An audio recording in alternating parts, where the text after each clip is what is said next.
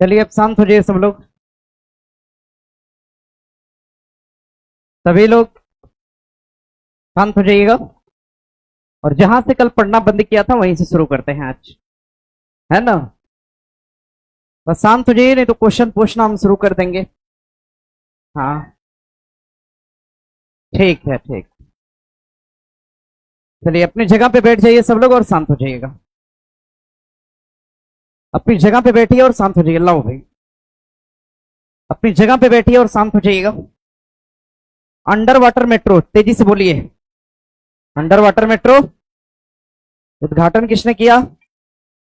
नदी का नाम? मेट्रो ट्रेन का परिचालन कब से शुरू हुआ? कहां पर? कितना किलोमीटर चलाएगी? 3 दशमलव।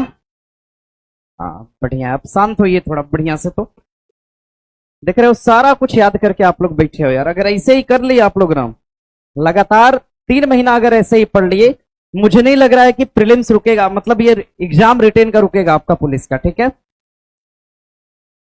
हाँ बस अब शांत रहिए। ये वाली खुशी अभी नहीं चाहिए, ये उसी टाइम चाहिए एग्जाम के बाद, समझ गए।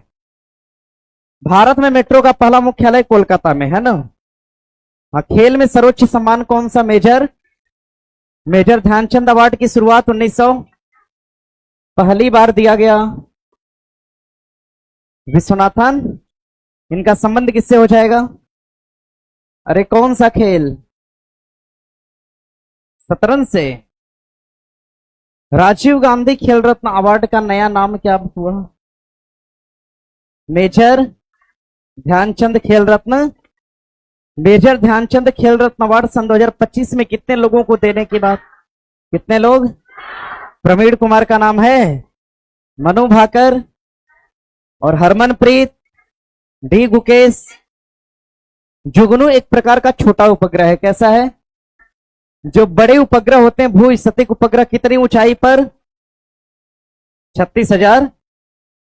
जुगनू उपग्रह को इसरो इसरो के द्वारा बनाया गया और सहायता किसने करा था? आईआईटी कानपुर ने। अंतरिक्ष अनुसंधान केंद्र इसरो की स्थापना 15 अगस्त 1900। हेडक्वार्टर कहां? डीआरडीओ का हेडक्वार्टर। स्थापना 1950 58 1958 में। ध्यान रखिएगा। इसरो के कितने प्रक्षेपात्र केंद्र हैं? 4 हैं। कितने हैं? 4। इसरो के प्रक्षेपात्र केंद्र कितने? थुथुकोंडी किसका प्रक्षेपात्र केंद्र है? इसरो का। व्हीलर द्वीप किसका है? इसरो का। डीआरडीओ किसका है? बहुत बढ़िया। फूलदेई त्योहार कहां पर? उत्तराखंड। काला घोड़ा कहां का? पूर्वोदयी कहां? हाँ, चिली और मांडू फेस्टिवल। अंबुबाची, खजुराहो, दिगमो कहां? ताजमहल के वास्तुकार। निर्माण किसने कराया? दीवाने आम दीवाने खास। ताजमहल, जामा मस्जिद, लाल किला। लाल किला का पुराना नाम? बिंबिसार का। सुने, बिंबिसार का राजवैद्य कौन था? जीवक। जीवक कहां का निवासी? राजगीर का। जीवक को किसकी सेवा के लिए भेजा गया? विश्व का पहला गणतंत्र वैशाली। पाटलिपुत्रा की स्थापना उदयन। विधान परिषद का सृजन 169। विधान परिषद का गठन अनुच्छेद 100। ध्यान रखिएगा। विधान परिषद भारत के 6 राज्यों में, कितने में? विधान परिषद भारत के 6 राज्यों में। कुंभ जाट किसमें? के से, यू से, एम से, बी से, जे से। जम्मू कश्मीर में है।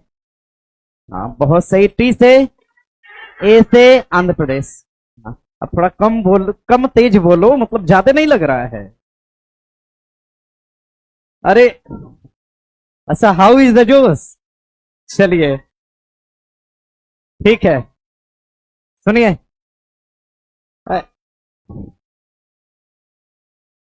हो गया बस, रन दीजिए, हो गया ना। अब सुनिए, देखिए 3 महीना जोश को बना के रखना है, समझ गए ना। हाँ, किसी भी चीज को आप बहुत ज्यादा शुरू में कर देंगे तो बाद में चीजें खराब हो जाती हैं। इसलिए कम से कम एक ऐसा लेवल रखिए कि आगे दिक्कत ना हो। एक लंबा समय तक हम लोग 2.5 घंटा सोचिए आपसे हम बुलवा दें, पता चला अगले दिन आप पढ़ने के लायक ही नहीं रह पाएंगे। सुनिए, विधानसभा की जो संरचना है 1/3, 1/3, 1/6, 1/12, 1/, जो पहला 1/3 था विधानसभा चुनेगी, दूसरा 1/3 स्थानीय निकाय, 1/6 राज्यपाल, 1/12 शिक्षक, 1/12। क्लियर है। संविधान सभा का चुनाव जुलाई 1900, कौन सा मिशन 1900 कब? संविधान सभा में कितने लोग? 300। देशी रियासत से कितने? 93। ब्रिटिश भारत से 200। महिलाएं कितनी? 4 क्षेत्र चीफ, दिल्ली, कुर्ग, अजमेर, बलूचिस्तान। क्लियर है? तो बहुत सही। अगर इतना याद करने की अगर कैपेसिटी है तो एग्जाम निकल जाएगा जी, नहीं रुकेगा आप।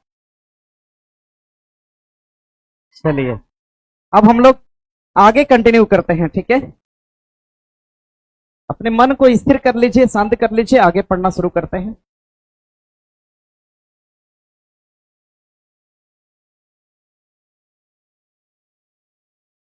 कहां तक हुआ था? 16 नंबर तक हुआ था ना। क्वेश्चन नंबर 17 से आज कंटिन्यू करेंगे।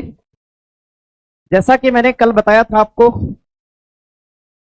पढ़ना भी है, समझना भी है, सुनना भी है और लिखना भी है। पढ़ाई का कोई ऐसा तंत्र जो बाकी रह गया है अभी तक? अरे इस डिस्कशन वाली क्लास में कोई तंत्र ऐसा है जो बचा है? बचा है तो बताइए, उसको भी लगा दिया जाए इसमें इन्वॉल्व। नहीं बचा है? चलिए तब नहीं बचा है तो पढ़ना शुरू करेंगे हम लोग। पढ़ना शुरू करते हैं। दिया है प्रश्न, सब लोग रेडी हो गए हो? प्रश्न दिया है कि सर्वोच्च न्यायालय एवं उच्च न्यायालय के न्यायाधीशों को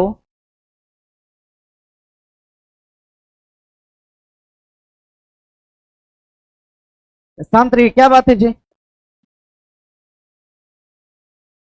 अच्छा, क्वेश्चन नंबर 1 की बात कर रहा है। 1 से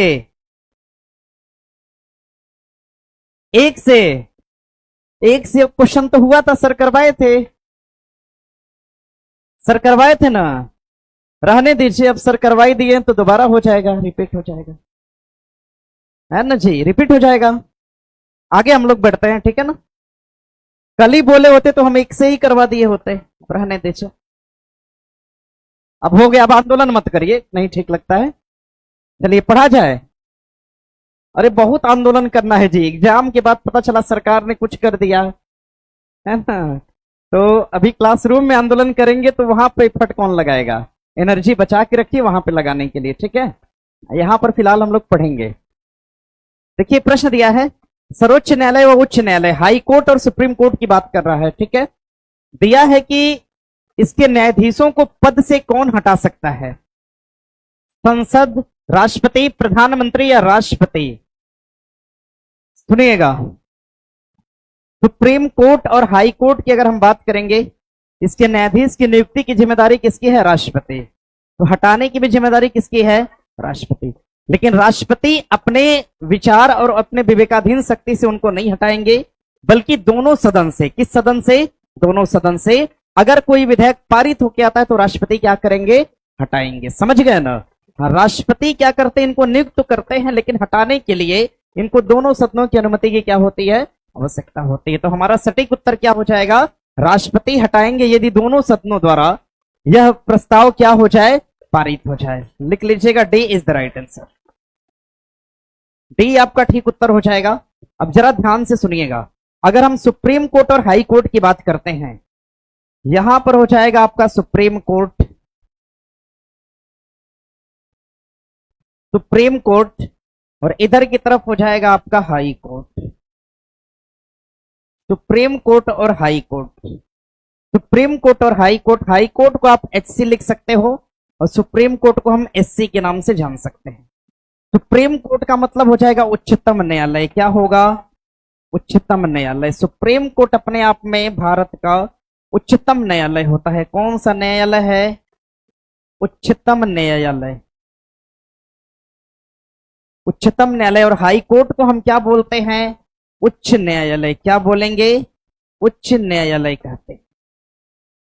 सुप्रीम कोर्ट और हाई कोर्ट, सुप्रीम कोर्ट अपने आप में उच्चतम न्यायालय और हाई कोर्ट अपने आप में क्या हो जाएगा, उच्च न्यायालय हो जाएगा। अगर प्रश्न करेगा आपसे सुप्रीम कोर्ट का उल्लेख, सुप्रीम कोर्ट का उल्लेख संविधान के किस अनुच्छेद में करा गया, तो 124 में। किस में करा गया, 124 में करा गया। अगर प्रश्न करेगा आपसे हाई कोर्ट का उल्लेख संविधान के किस अनुच्छेद में करा गया, तो क्या बताएंगे, 214 में करा गया। देखो कुछ नहीं करना, एक वाले को याद कर लीजिएगा, एक को याद कर लीजिएगा, या तो हाई कोर्ट याद कर लीजिए या फिर सुप्रीम कोर्ट याद कर।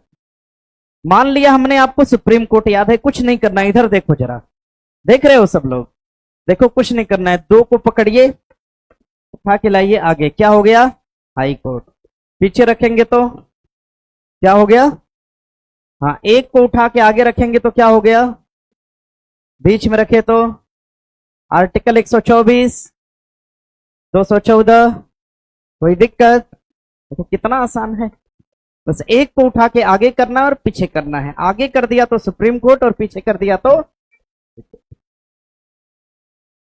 नोट कर लीजिएगा। सुप्रीम कोर्ट को उच्चतम न्यायालय कहेंगे, उल्लेख 124 में। हाई कोर्ट को हम उच्च न्यायालय कहेंगे और उल्लेख किसमें है, 214 में। सुप्रीम कोर्ट और हाई कोर्ट, इनके न्यायाधीशों की नियुक्ति, आगे बढ़े यहां से, सुप्रीम कोर्ट, उच्च न्यायालय और, हाँ लिख लीजिए तो आगे बढ़ेंगे।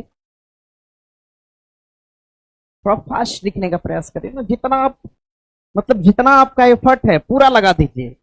हम तो पूरा एफर्ट लगा के पढ़ा रहे हैं, आप लोग का भी पूरा एफर्ट लगा के पढ़ना है, ठीक है ना, लापरवाही से नहीं पढ़ना है। इतना हो गया, समझिएगा। सुप्रीम कोर्ट और हाई कोर्ट लिखिएगा, सर्वोच्च न्यायालय और उच्च न्यायालय, सर्वोच्च न्यायालय, सर्वोच्च न्यायालय और उच्च न्यायालय, उच्च न्यायालय के न्यायाधीशों की नियुक्ति, के न्यायाधीशों की नियुक्ति, सर्वोच्च न्यायालय और उच्च न्यायालय के न्यायाधीशों की नियुक्ति, नियुक्ति का अधिकार, इनके नियुक्ति का अधिकार किसको दिया गया, राष्ट्रपति को। किसको दिया गया, राष्ट्रपति को। सर्वोच्च न्यायालय तथा उच्च न्यायालय की नियुक्ति का अधिकार किसके पास है, तो ध्यान रखिएगा, राष्ट्रपति के पास है। लेकिन अगर हटाने की बात करें, अगर सुप्रीम कोर्ट तथा हाई कोर्ट के न्यायाधीशों को हटाने के लिए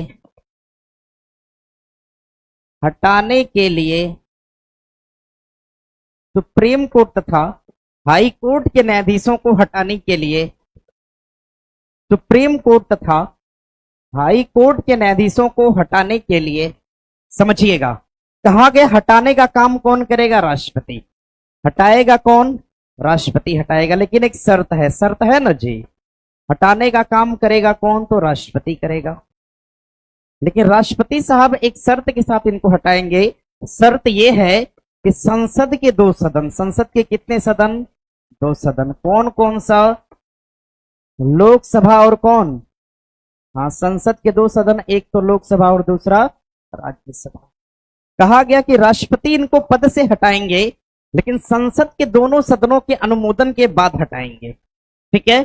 संसद के दोनों सदन, लोकसभा और कौन, राज्यसभा के अनुमोदन के बाद हटाएंगे। लेकिन शर्त यह है कि अगर सुप्रीम कोर्ट या हाई कोर्ट के न्यायाधीश को हटाने संबंधी कोई विधेयक पास होता है अगर लोकसभा के अंदर, तो भैया ध्यान रखिएगा, अगर लोकसभा के अंदर विधेयक पास होता है तो लोकसभा के अंदर कुल कितने सदस्यों के हस्ताक्षर की आवश्यकता होती है, 100 सदस्यों के हस्ताक्षर की आवश्यकता होती है। ध्यान रखिएगा, अगर यही विधेयक राज्यसभा के अंदर पास होता है तो कितने सदस्यों के हस्ताक्षर की आवश्यकता होती है, तो ध्यान रखिएगा कितने सदस्य, 50 सदस्यों के हस्ताक्षर की आवश्यकता होती है।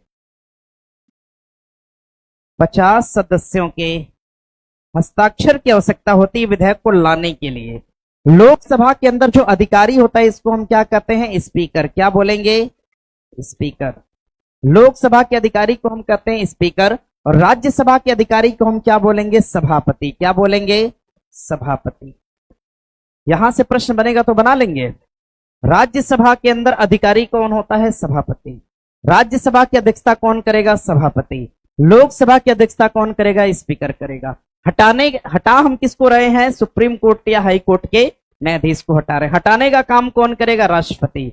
लेकिन अगर हटाने संबंधी विधेयक लोकसभा के अंदर लाता है तो कितने लोगों के हस्ताक्षर की जरूरत होगी? 100 लोगों। 100 लोग हस्ताक्षर करके किसको सौंपेंगे? स्पीकर को। अगर प्रस्ताव राज्यसभा के अंदर जाता है तो कितने लोगों की साइन की जरूरत होगी?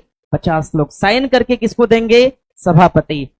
राज्यसभा का अध्यक्ष कौन? सभापति। लोकसभा का अध्यक्ष कौन? स्पीकर। हटाने के लिए लोकसभा में कितने लोग? 100 लोग। हटाने के लिए राज्यसभा में कितने लोग? 50 लोग। अब यहां से अनुमोदन पास होने के बाद किसके पास आएगा?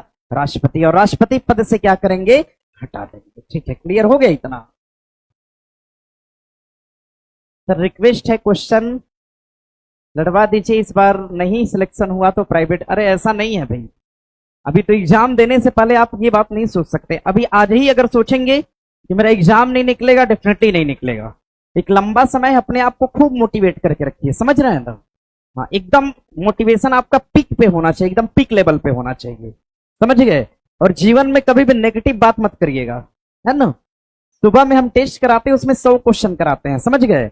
तो कोई उसमें नया विद्यार्थी जैसे आप लोग की तरह मान लीजिए कोई ज्वाइन कर लिया, तो अब उतना बेहतर तो परफॉर्म नहीं कर पाएगा।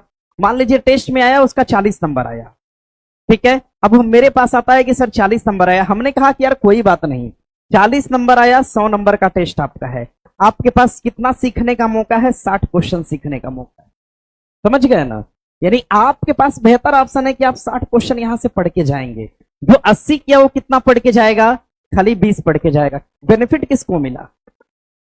कम वाले को मिला, समझ गए? जीवन में हमेशा पॉजिटिव रहना चाहिए। चलिए, हो गया इतना? इतना हुआ? सुप्रीम कोर्ट, हाई कोर्ट के न्यायाधीशों के नियुक्ति का अधिकार राष्ट्रपति, किसके पास? हटाने का भी अधिकार किसके पास? लेकिन हटाने संबंधी एक प्रक्रिया है। क्या है प्रक्रिया? या तो लोकसभा से गुजरेगी या फिर राज्यसभा। लोकसभा से या फिर राज्यसभा से। अगर लोकसभा से गुजरती है तो 100 सदस्य इस पर हस्ताक्षर करके किसको देंगे? और 50 सदस्य हस्ताक्षर किसको देंगे? सभापति। अगर राज्यसभा में बात की जाए तो कितने लोग? 50 लोग। लोकसभा में बात की जाए तो 100 लोग। अब सुनिए, लोकसभा से अनुमोदन होने के बाद, राज्यसभा से अनुमोदन होने के बाद, कुल 2/3 सदस्यों के सिग्नेचर के बाद, कितने सदस्य? 2/3 बहुमत के बाद ये प्रस्ताव किसके पास जाएगा? राष्ट्रपति। और राष्ट्रपति फिर पद से क्या करेंगे? हटाएंगे। ध्यान रखिएगा, अब राष्ट्रपति पद से क्या करेंगे? उस व्यक्ति को हटा देंगे। अब प्रश्न करेगा आपसे कि सुप्रीम कोर्ट के न्यायाधीश या हाई कोर्ट के न्यायाधीश को हटाने के लिए किस प्रकार के बहुमत की आवश्यकता होती है? साधारण बहुमत की विशेष बहुमत? सुनो, दोनों में अंतर क्या है?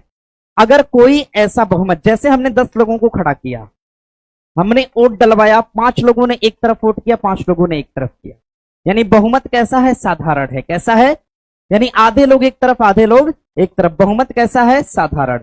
हमने 10 लोगों को खड़ा किया लेकिन 7 लोगों ने एक तरफ वोट कर दिया, 3 लोगों ने एक तरफ किया। बहुमत किस प्रकार का हो गया? विशेष हो गया। यानी कि ऐसा बहुमत जिसको 2/3 लोग मिलकर पास करेंगे, वो अपने आप में क्या है? विशेष है। कैसा बहुमत है? विशेष बहुमत।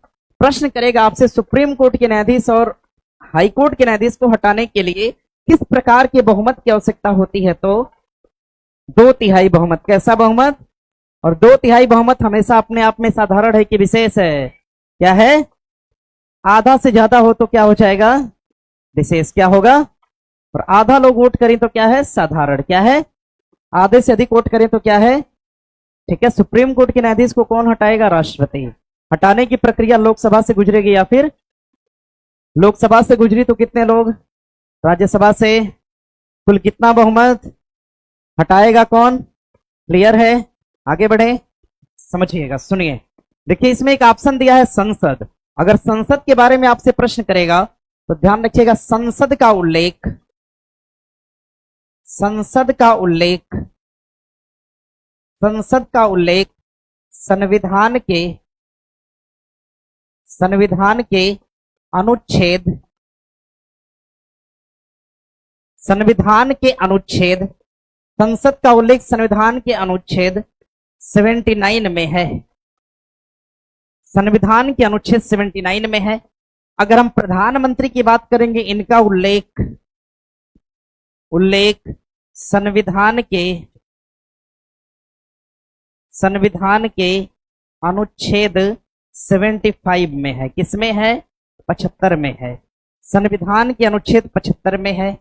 अगर हम बात करते हैं राष्ट्रपति का उल्लेख संविधान के किस अनुच्छेद में है? इनका उल्लेख संविधान के किस अनुच्छेद में? 52 में है। कहां पर है? 52 में। कर लेंगे, यहां से प्रश्न आएगा। संसद का उल्लेख संविधान के किस अनुच्छेद में जी? किसमें? 70। किसमें है? 70।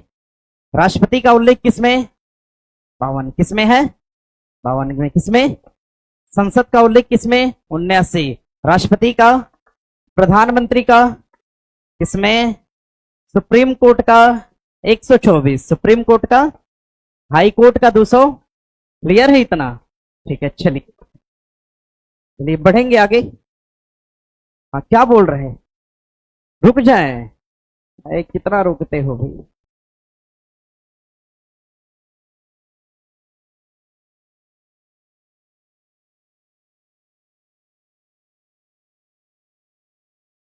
हो गया इतना?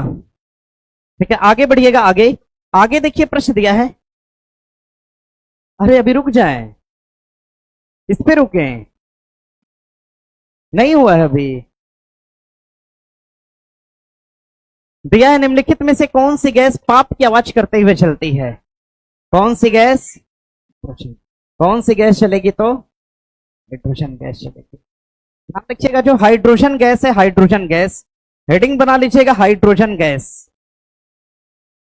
हाइड्रोजन गैस लिखिएगा। हाइड्रोजन गैस का जो संकेतक होता है, संकेतक, हाइड्रोजन गैस का संकेतक क्या होता है? ध्यान रखिएगा, क्या होगा? H होता है। बहुत सही बात। हाइड्रोजन को किस प्रकार का तत्व कहते हैं? तो ध्यान रखिएगा, इसको हम आवर्त सारणी का अवारा तत्व कहते हैं। कैसा तत्व? अवारा तत्व कहते हैं।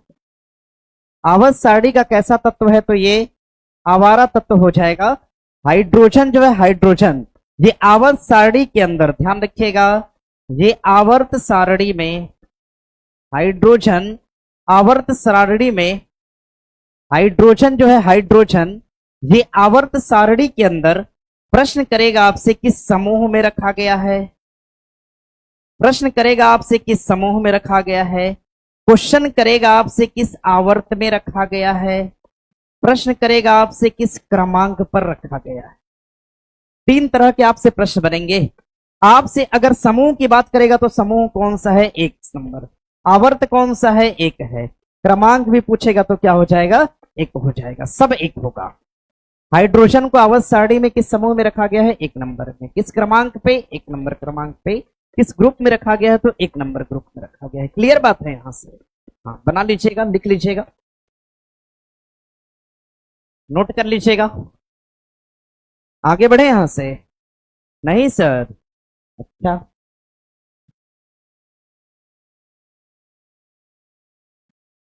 हो गया। सुनिएगा, देखिए, जो हाइड्रोजन गैस है, हाइड्रोजन गैस एक प्रकार की कैसी गैस है? हल्की गैस है। कैसी है? हाइड्रोजन गैस कैसी गैस हो जाएगी? तो हल्की गैस। नोट कर लीजिएगा, गैस लगा के लिखिए, हाइड्रोजन हल्की गैस है। हाइड्रोजन एक प्रकार की कैसी गैस है? तो हल्की गैस है। ध्यान रखिएगा, ब्रह्मांड में सर्वाधिक गैस, ब्रह्मांड में सर्वाधिक गैस, ब्रह्मांड में सर्वाधिक गैस, डैश लगा के लिखिएगा, कौन सी हो जाएगी? हाइड्रोजन। क्या होगी? ब्रह्मांड में सर्वाधिक गैस कौन सी है? हाइड्रोजन। हाइड्रोजन के संबंध में जान गए सारी बातों को, बना लेंगे। हाइड्रोजन से प्रश्न आया तो हाइड्रोजन भारी है कि हल्की? किस समूह में है? किस आवर्त में? क्रमांक? कैसा तत्व? ध्यान रखिएगा, संकेतक क्या है? अच्छा, क्या है? ये इतना बेकार आवारा तत्व था। जैसे सोचिए, इस क्लास में कोई इस तरह का लड़का आ जाए तो क्या टीचर उसको रखना पसंद करेगा? नहीं। इसको किसी ने जगह नहीं दिया कि हम इसको रखें, क्योंकि ये जहां भी बैठता था, जिस भी इसको समूह में रखा जाता था, अपने अगल बगल वालों को परेशान करता था। ऐसा होता है ना जी। अगर कोई खराब तरीके का लड़का हो तो अपने आसपास वालों को पढ़ने नहीं देगा। तो सेम इसका काम था। इसको किसी ने जगह नहीं दिया, किसी ने इसको घर नहीं दिया। एक व्यक्ति थे, नाम था उनका मेंडलीफ। क्या नाम था? मेंडलीफ। ध्यान रखिएगा, हाइड्रोजन को आवर्त सारणी में स्थान दिया किसने? तो ध्यान रखिएगा, हाइड्रोजन को आवर्त सारणी में स्थान देने वाले कौन हो जाएंगे? मेंडलीफ। किसने दिया है? मेंडलीफ द्वारा इनको स्थान दिया गया। हाइड्रोजन को आवर्त सारणी में स्थान किसके द्वारा दिया गया? तो सर सबसे अधिक तो नाइट्रोजन है। अंकित देखो भाई, हमने बात किसकी करी है? ब्रह्मांड की करी है। आप बात किसकी कर रहे हो? वायुमंडल की कर रहे हो। ब्रह्मांड में सबसे अधिक गैस कौन सी है? वायुमंडल में कौन सी है? नाइट्रोजन। क्लियर है आप लोग को ना? आप लोग तो नहीं दिक्कत है ना? तो चाहिए मेंडलीफ को लगा कि हम इसको रखेंगे तो ठीक है, लेकिन जब सबकी क्लास में ये परेशान करता है तो मेरी क्लास में भी करेगा। एक काम करते हैं ना, इस तरह के लड़के को हम अपने सामने रखते हैं। सोचिए, अगर इस क्लास में कोई इस तरह का बैठा हो जो सबको आसपास परेशान करे, तो हम उसको बुलाएंगे और कहेंगे पहला टेबल, पहला नंबर, और पहले ग्रुप में बैठोगे तुम। और इसलिए बैठोगे ताकि हमारी नजर में हमेशा रहोगे। समझ गए ना? इसीलिए हाइड्रोजन एक प्रकार का आवारा तत्व था, इसीलिए उसको कहां पे रखा गया? आवर्त नंबर 1, ग्रुप नंबर 1 और स्टडी नंबर 1 में। क्लियर है इतना? ठीक है, ध्यान रखना। अगर हम नाइट्रोजन की बात करते हैं, याद रखिएगा, नाइट्रोजन वायुमंडल में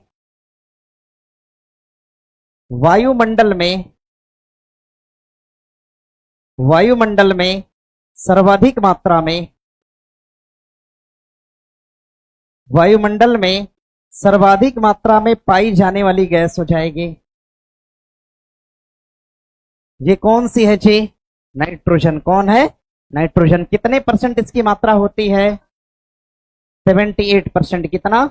78%। कार्बन डाइऑक्साइड की अगर हम बात करेंगे, इसकी मात्रा हमारे वायुमंडल में कितनी हो जाएगी?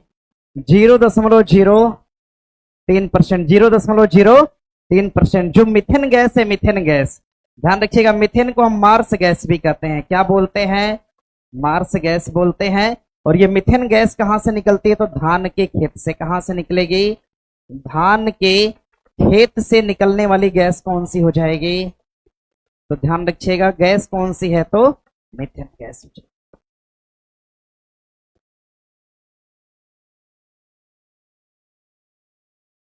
क्या बोल रहे हैं? आपकी आवाज मेरे पास बड़ा कर दें इसको। एक ही डिमांड आप लोग की हमेशा रहेगी, है ना?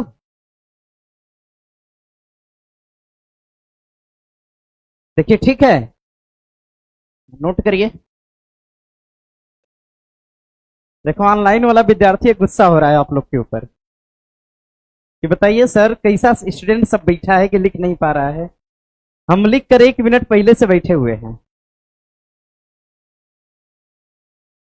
चलिए ठीक है, हो गया। सुनिए सुनिए भैया, प्रश्न करेगा आपसे, धान के खेत से कौन सी गैस निकलेगी? मीथेन। कौन सी गैस? मीथेन का आपसे अगर नाम पूछेगा, क्या हो जाएगा? CH4। क्या कहते हैं? मीथेन का रासायनिक फॉर्मूला क्या होता है? CH4। क्या होगा? इसको हम किस गैस के नाम से जानेंगे? कहां से निकलेगी? ध्यान रखना, नाइट्रोजन की मात्रा कितनी? वायुमंडल में सर्वाधिक गैस कौन सी? हाइड्रोजन का संकेत क्या है? आवर्त सारणी में किस प्रकार का तत्व है?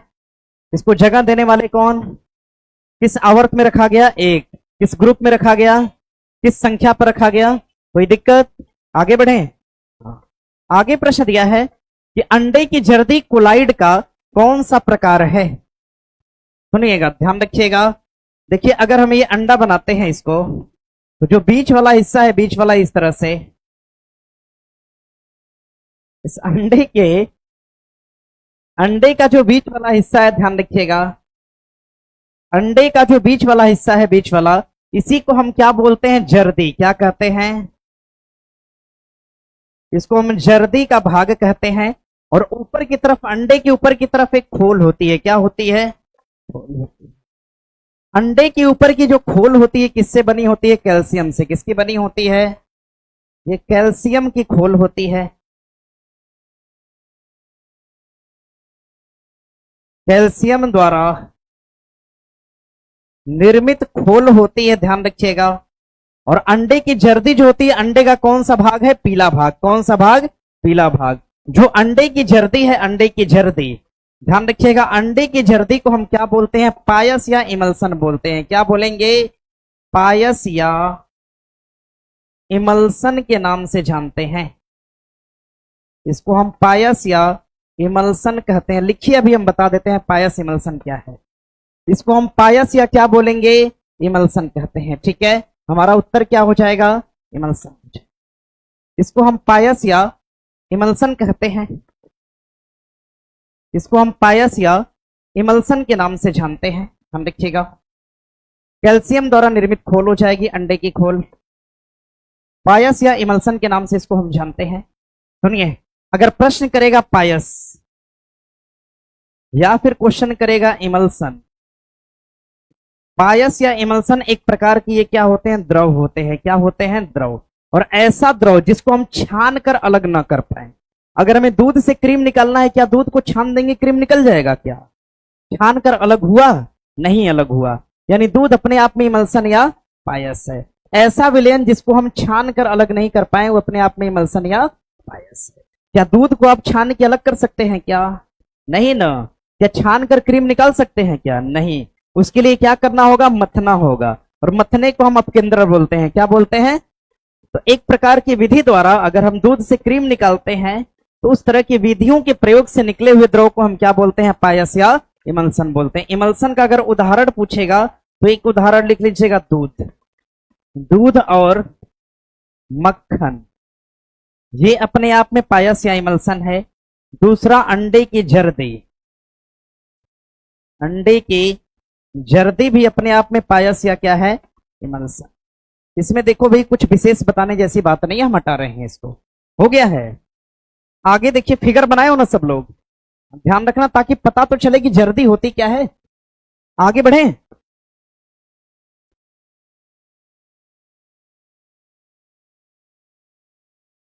हो गया? नहीं सर, आगे देखिए, प्रश्न दिया है, आयरन या लोहे का परमाणु प्रतीक क्या होगा? ए आई, आई आर, आई या फिर एफ ई? क्या होगा? एफ ई होगा। अच्छा, लोहा को हम क्या कहते हैं? फेरस। क्या बोलते हैं? फेरस। क्या बोलेंगे? फेरस बोलेंगे। ठीक है, लोहे को हम किस नाम से जानेंगे? तो फेरस। समझिएगा, देखिए, जो फेरस यानी कि जो लोहा है, लोहे को हम अंग्रेजी में क्या कहते हैं? आयरन। क्या बोलते हैं? आयरन। अब देखो, यहां से एक प्रश्न करेगा, मानव शरीर में, मानव शरीर में आयरन की कमी से, मानव शरीर में आयरन की कमी से, आयरन की कमी से होने वाला रोग कौन सा हो जाएगा? ये रोग कौन सा है? एनीमिया। मानव शरीर में आयरन की कमी से होने वाला रोग कौन सा? एनीमिया। क्या है? एनीमिया। अगर हम आई की बात करेंगे, आई, आई से क्या हो जाएगा? आयोडीन होगा। क्या होगा? आई से हो जाएगा आयोडीन। अगर आयोडीन की बात करेंगे, ध्यान रखिएगा, प्रश्न करेगा मानव शरीर में, मानव शरीर में आयोडीन की कमी से होने वाला रोग। हाँ, आयोडीन की कमी से रोग कौन सा होता है? घेंघा। कौन सा रोग है? घेंघा रोग। अच्छा, घेंघा रोग से एक बात पूछ दें आपसे, घेंघा रोग मानव शरीर की किस ग्रंथि को प्रभावित करेगा? बहुत सही, इससे प्रभावित ग्रंथि कौन सी हो जाएगी? थायराइड होगी। क्या होगी? घेंघा रोग मानव शरीर की किस ग्रंथि को प्रभावित करता है? थायराइड को करेगा। क्लियर है इतना? देखो, एल से क्या हो गया? एल्यूमिनियम हो गया। क्या हो गया? एल्यूमिनियम हो गया। एल्यूमिनियम हो गया। ठीक है, प्रश्न करेगा आपसे, प्रश्न करेगा, पृथ्वी पर, पृथ्वी पर सर्वाधिक मात्रा में पाई जाने वाली धातु, सर्वाधिक मात्रा में पाई जाने वाली धातु, पाई जाने वाली धातु, पृथ्वी पर सर्वाधिक मात्रा में पाई जाने वाली धातु कौन सी हो जाएगी? ठीक है, कि स्टूडेंट पूछ रहे हैं कि सर पटना में ऑफलाइन क्लास कहाँ होता है? अरे पटना में अगर आप हैं तो आपको मुसल्लमपुर हाट पता होना चाहिए, क्यों जी? यही है ना एड्रेस? अरे हमें भी नहीं कंफर्म है, यही है ना? अच्छा ठीक है, वही एनआईटी मोड देख लीजिएगा। ठीक है, चलिए हो गया, इतना हो गया। आई आर से क्या होता है? इरिडियम होता है। क्या होता है? इरिडियम हो जाएगा। आई आर से क्या होगा? इरिडियम हो जाएगा। बाकी का संकेतक आपकी किताब में दिया है, ठीक है ना, देख लीजिएगा एक बार। सुनिए, प्रश्न करेगा आपसे, लोहे की कमी से कौन सा रोग? एनीमिया। लोहे का संकेतक क्या है? एफई। एफई का मतलब फेरस। क्लियर है इतना? एल्यूमिनियम हमारे पृथ्वी पर सर्वाधिक मात्रा में पाई जाने वाली क्या है? धातु है। सबसे अधिक मात्रा में पाई जाने वाली धातु कौन सी? कौन सी? एल्यूमिनियम। कौन सी धातु? आई आर से क्या होगा? आई से क्या होगा? आयोडीन की कमी से कौन सा रोग किसको प्रभावित करेगा? कोई दिक्कत? आगे बढ़ेंगे। अरे लिख रहे हैं अभी? हाँ नोट करिए, नोट करिए। तो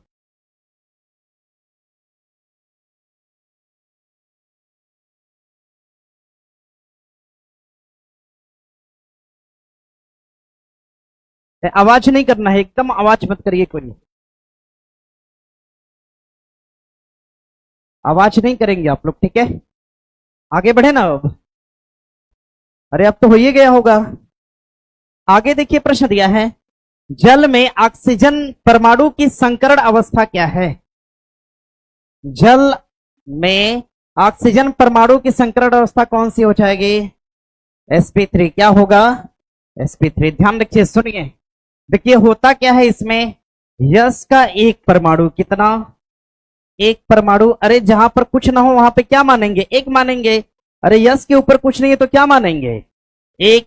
और पी का कितना परमाणु दिख रहा है आपको?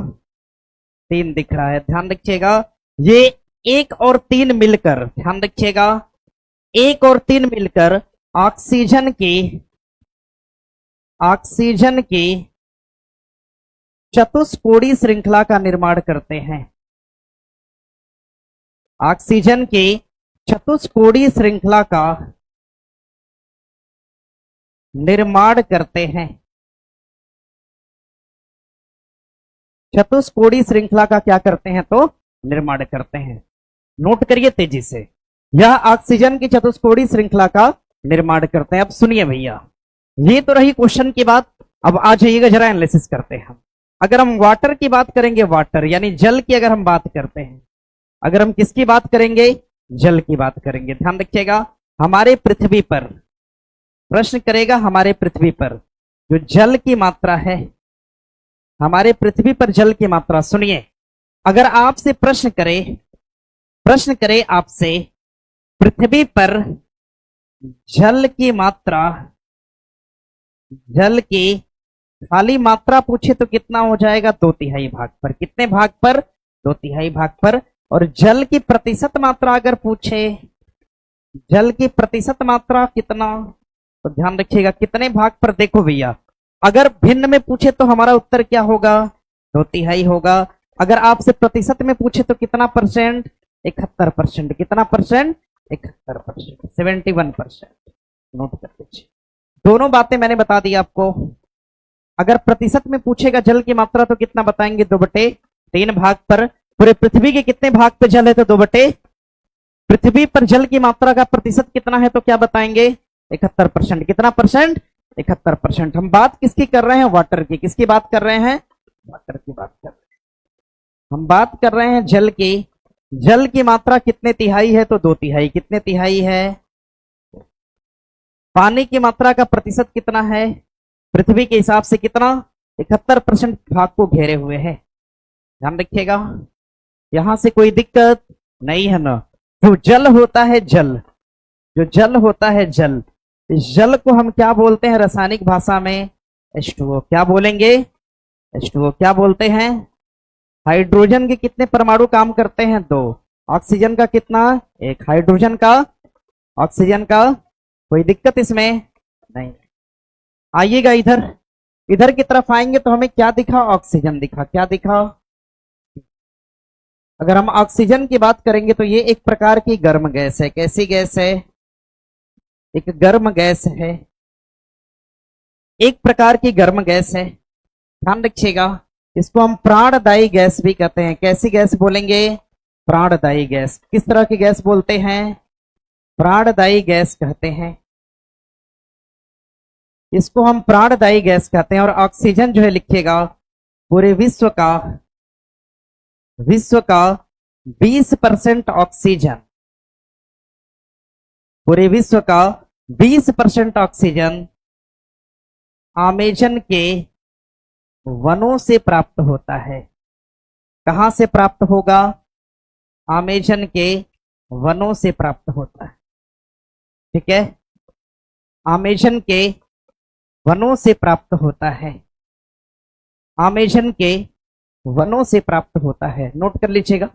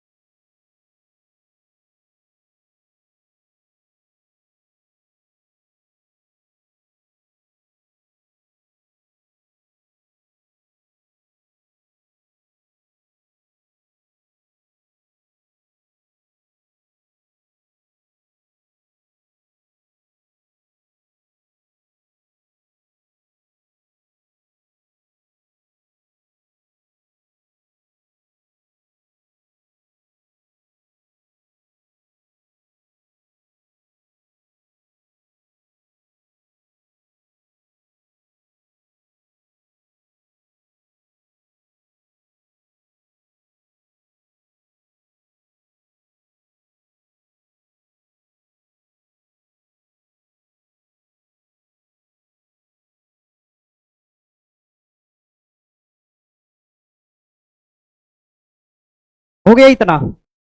सुनिएगा, सुनिए। बैठो, खड़े हो जाते हैं सब। बैठिए। पीछे टीवी लगा है ना? एकदम जो पीछे बैठा है उसको तो कोई समस्या नहीं होनी चाहिए, अगर है तो भी नहीं होनी चाहिए। समझ गए? हाँ, सुनिएगा। देखिए, प्रश्न करेगा आपसे, ऑक्सीजन किस प्रकार की गैस है? गर्म गैस। कैसी है? इसको हम प्राणदायी भी कहते हैं। क्या बोलेंगे? विश्व का 20% ऑक्सीजन कहां से? अमेजन के। श्वास लेने के लिए कौन सी गैस जरूरी है? कौन सी गैस? Oxygen gas. ध्यान रखिएगा, ऑक्सीजन में यस वाला परमाणु कितना है? 1। और पी वाला कितना है? 3 है। इस बात को ध्यान रखिएगा। अगर हम जल की बात करेंगे, जल की मात्रा प्रतिशत में पूछेगा तो कितना? अगर भिन्न में पूछेगा तो क्या बताएंगे? पृथ्वी के कितने भाग पे जल? 2/, पृथ्वी पर कितने प्रतिशत जल की मात्रा? तो 71%। कोई परेशानी यहां से? आगे प्रश्न दिया है, यूरोप के स्केच रिपोर्टाज के लेखक कौन हो जाएंगे? राहुल सांकृत्यायन, राम कुमार, निर्मल वर्मा या मोहन राकेश? हमारा उत्तर क्या हो जाएगा? राम कुमार हो जाएंगे।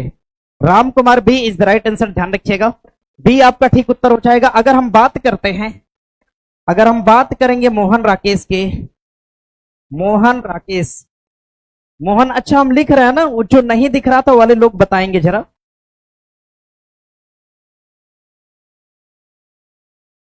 मोहन राकेश, अब बोलिए। ठीक है, मैनेज करिए ना। बहुत देखिए, चीजों को हम बोल भी रहे हैं और मैक्सिमम टाइम बोल रहे हैं। 2 बार 3 बार लिखते लिखते हम बोल दे रहे हैं, ऐसा है ना? हाँ, तो कुछ चीजों को सुन के भी लिख लिया करिए ना। देखिए, अगर बहुत अच्छी क्लास चाहेंगे, डिस्कशन ज्यादा हो, बीच में टोकना बंद कर देंगे, डिस्कशन अपने आप ज्यादा होगा। समझ रहे हैं ना? हम बीच में बार बार टोकेंगे, सर रुकिए, बढ़िए, पीछे चलिए, आगे आइए, तो ये सब फिर मेरे लिए मुश्किल हो जाएगा। मोहन राकेश, ध्यान रखिएगा। मोहन राकेश की अगर रचना पूछेगा, मोहन राकेश की अगर रचना पूछेगा तो नोट कर लीजिएगा। मोहन राकेश की एक रचना लिख लीजिएगा, एक बड़ी फेमस रचना है। अच्छा, थोड़ा छोड़िएगा, आगे बढ़िए। अगर प्रश्न करेगा आपसे राहुल सांकृत्यायन के बारे में, राहुल सांकृत्यायन के बारे में अगर पूछेगा, देखो जितनी भी घूमने फिरने वाली रचना है, जैसे इनकी रचना की अगर हम बात करेंगे, इनकी एक रचना है अथातो। अथातो, इनकी एक रचना हो जाएगी अथातो। घुमक्कड़ जिज्ञासा, अथातो घुमक्कड़ जिज्ञासा, ये रचना किसकी है? तो ध्यान रखिएगा राहुल सांकृत्यायन की, और इन्हीं की एक रचना है, ध्यान रखिएगा, एक लीक पर, एक लीक पर एक रचना है, एक लीक पर अथातो घुमक्कड़ जिज्ञासा, ये दोनों रचनाएं किसके हो जाएंगी? तो कर लीजिएगा राहुल सांकृत्यायन की रचना। जितनी भी घूमने फिरने वाली रचना है ये सभी किसकी हो जाएगी? राहुल सांकृत्यायन की हो जाएगी। अगर हम निर्मल वर्मा की बात करेंगे, अगर हम निर्मल वर्मा की बात करते हैं, निर्मल वर्मा, तो ध्यान रखिएगा इनकी एक रचना है, किताब है, उस रचना का नाम क्या हो जाएगा? परिंदे। क्या होगा? परिंदे। और इनकी एक रचना है काला और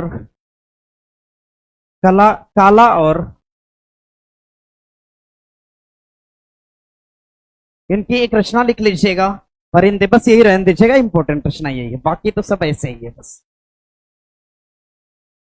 लिखिएगा। हाँ, मोहन राकेश की एक रचना लिख लीजिएगा। मोहन राकेश की हम क्या लिखवा सकते हैं रचना? मोहन राकेश की कोई प्रसिद्ध रचना लिख लीजिएगा। कुछ विशेष तो नहीं दिख रहा है मुझे। मोहन राकेश नाम लिख लिया आप लोग मोहन राकेश का? अच्छा ठीक है, अभी रहने दीजिएगा। विष्णु प्रभाकर की रचना एक लिख लीजिएगा। विष्णु प्रभाकर की एक किताब है जिसका नाम हो जाएगा अर्धनारीश्वर। क्या नाम होगा?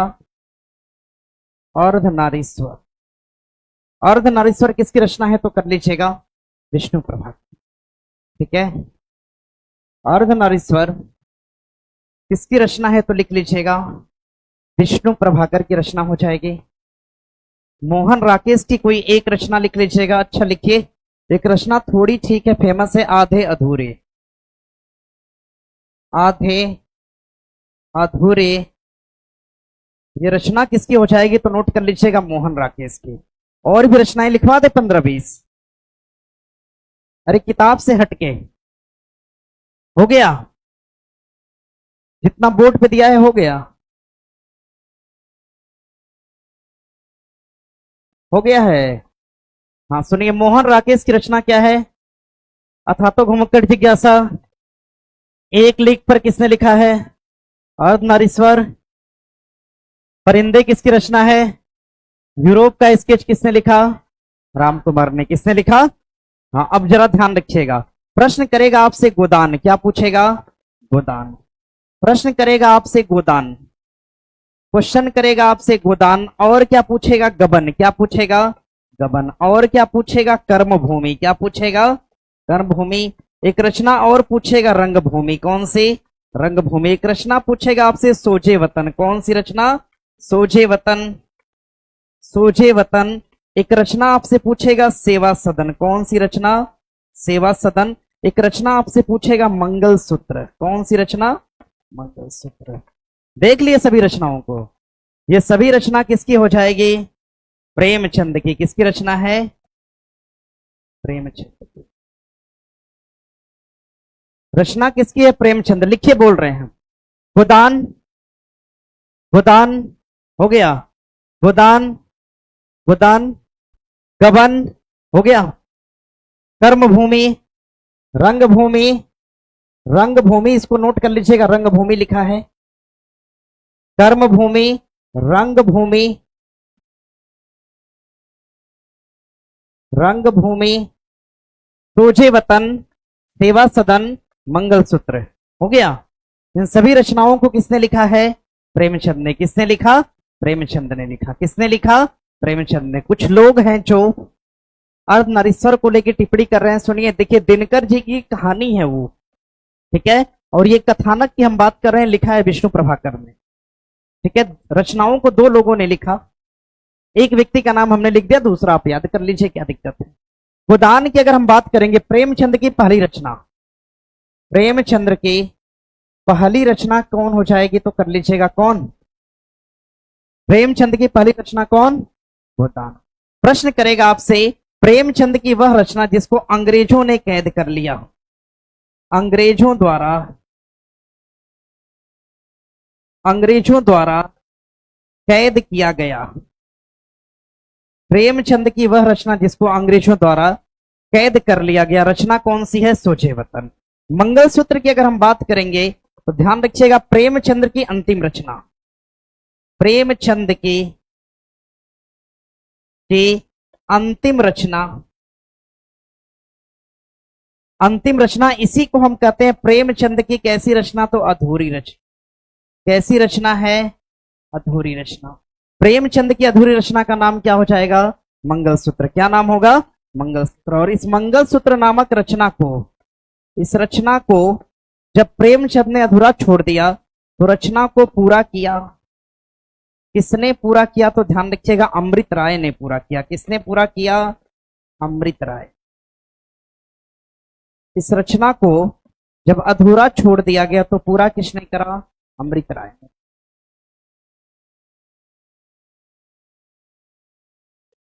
इस रचना को पूरा किसने करा? तो कर लीजिएगा अमृत राय ने। किसने पूरा किया? अमृत राय।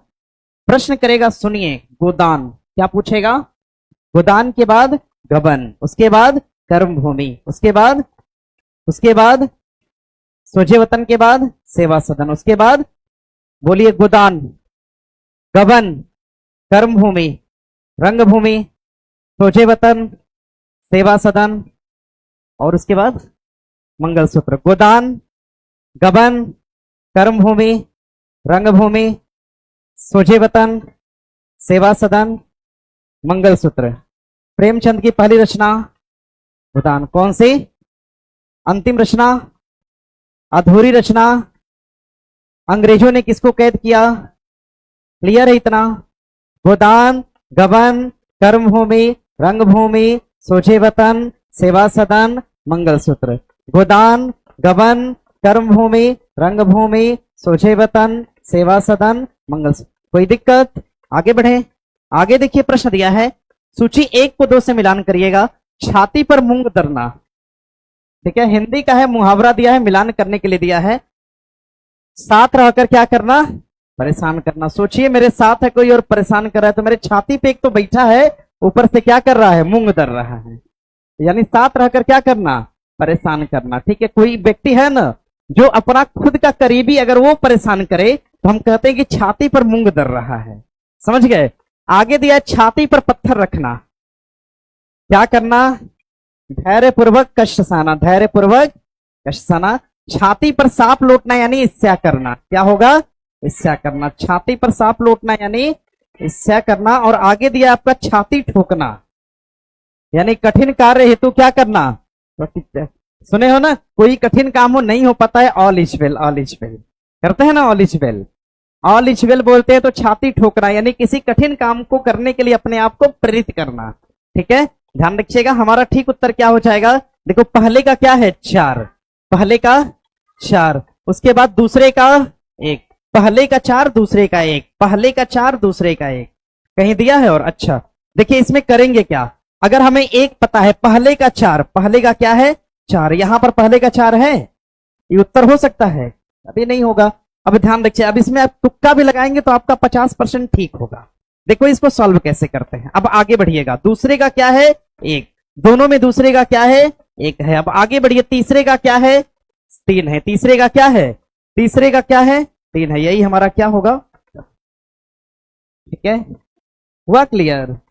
अब इस तरह का प्रश्न जब भी एग्जाम में आएगा, पहले 1 नंबर देखो मैच कर रहा है कि नहीं। अगर कर गया, ऑप्शन में ढूंढो कहां कहां 1 नंबर मैच किया है। ठीक है, जिस नंबर जिस क्वेश्चन में मैच किया उसको सही मान लो, बाकी जहां नहीं मैच किया वो अपने आप में क्या है? अपने आप सब करने की जरूरत नहीं है, 1-2 करोगे आंसर मिल जाएगा आपको। आगे देखिए, प्रश्न दिया है, निम्नलिखित में कौन सा समास विग्रह सही नहीं है?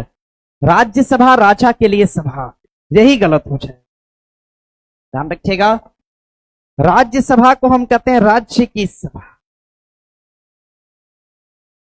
राज्य की सभा, इसको हम राज्य की सभा कहते हैं, राज्य की सभा।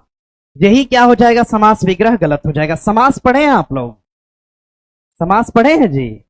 अरे बहुत चालाक हो फिर तो। समास पढ़े हैं सच में? समास के कितने भेद होते हैं? समास के कितने भेद? एक तो भेद हो जाएगा अव्ययी भाव। क्या होगा? कौन सा समास? अव्ययी भाव समास। कौन सा? एक दूसरा कौन सा?